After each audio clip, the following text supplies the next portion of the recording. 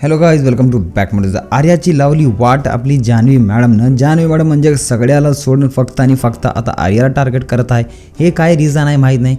Last 2 एपिसोडपासून फक्त आणि फक्त आर्याचीच गलती काढत आहे जान्हवी मॅडम. आता जान्हवीचा प्लॅन काय आहे ते तर माहीत नाही.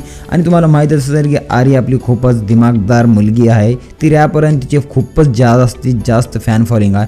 तर आर्या मॅडमला खूपच जास्त सपोर्ट भेटत आहे. तुम्हाला काय वाटतं की आता आर्याची गलती या टॉपिकमध्ये आहे की नाही? कारण तुम्हाला माहीत असेल लास्ट एपिसोडमध्ये आपल्याला आज रात्री खूप धिंगाणा बघायला भेटणार आहे. कारण की फक्त आणि फक्त भांडणे घासण्यासाठी, म्हणजे चांगले धुतले तुला घाण ठेवायचं आवडतं, मला घाण ठेवायचं आवडत नाही, असं या टॉपिकवर छोट्या टॉपिकवर खूपच मोठं भांडण झालेलं आहे.